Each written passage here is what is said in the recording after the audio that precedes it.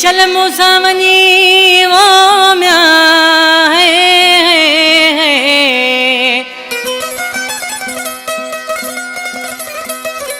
ओ मिली शर्म सां वञी तोखे मारी दुश्मा गदार ओ म्या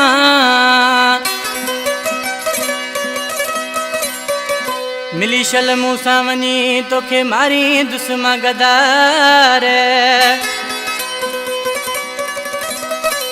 ओ दिल पर कयो थई धान पोड़ो छुटो जानी चवे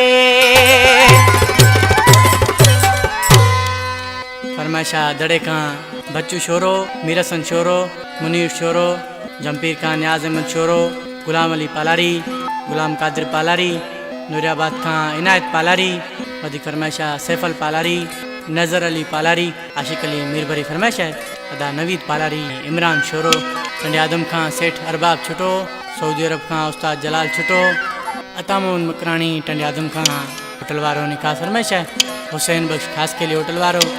खुदा बख्श बलोच उस्ताद अरशद बेंजारा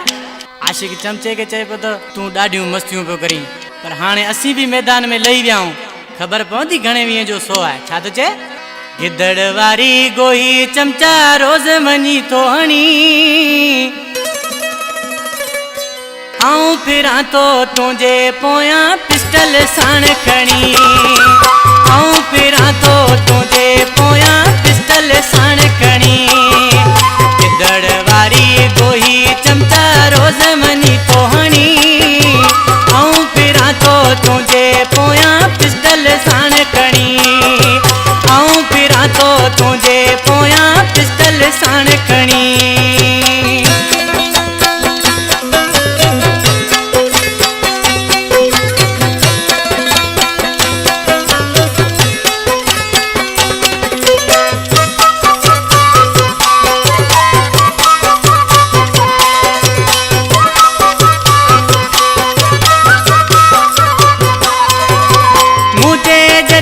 साम्हूं ईंदे गोलनि जो तूं निशान थी वेंदे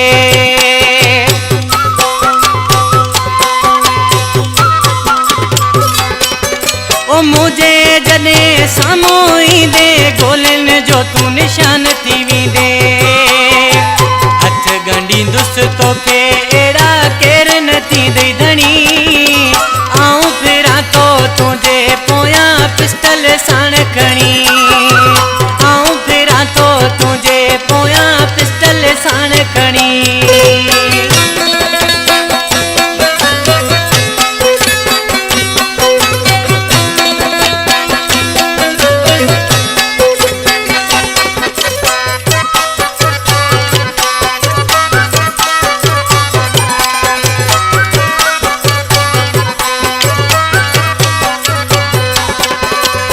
ओचितो अहिड़ो हशर थींदई केरु वेझो न माण्हू ईंदई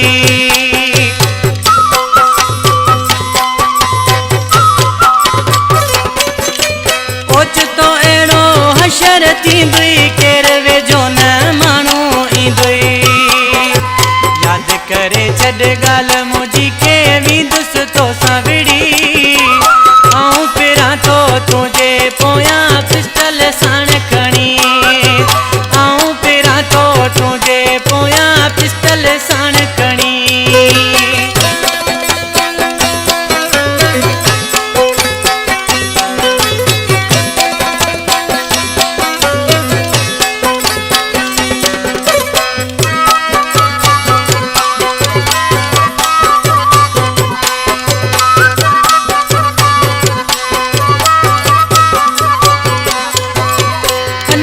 शोरे जो वारो आहे तोखे हाणे छॾणो नाहे ये अनवर शोरो मुंहिंजो प्यारो भाई हुनजो गीत आहे अनवर शोरे जो वारो आहे तोखे हाणे छॾणो नाहे दुश्मन खे असां छॾियो नाहे तारीख़ ॾिस पढ़ी